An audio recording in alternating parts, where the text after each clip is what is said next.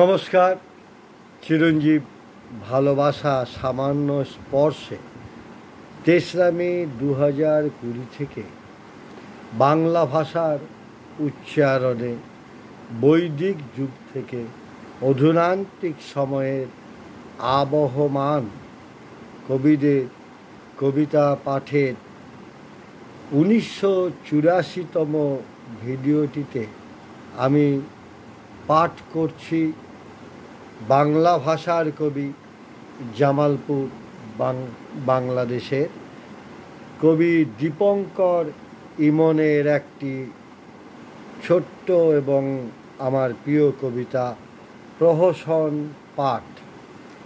প্রহসন পাঠ দীপঙ্কর ইমন। এখনো ছায়ের ভিতর খুঁজি আমার আতুর ঘরের ইতিহাস,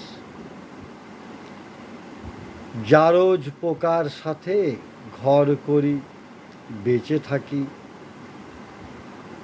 মুখস্থ করে চলি প্রহসনের সহজ পাঠ, অথচ আমি আগুন নদীর জলপুত্র।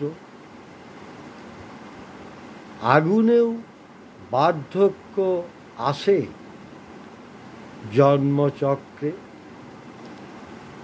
বললাম কবি দীপঙ্কর ইমনের কবিতা।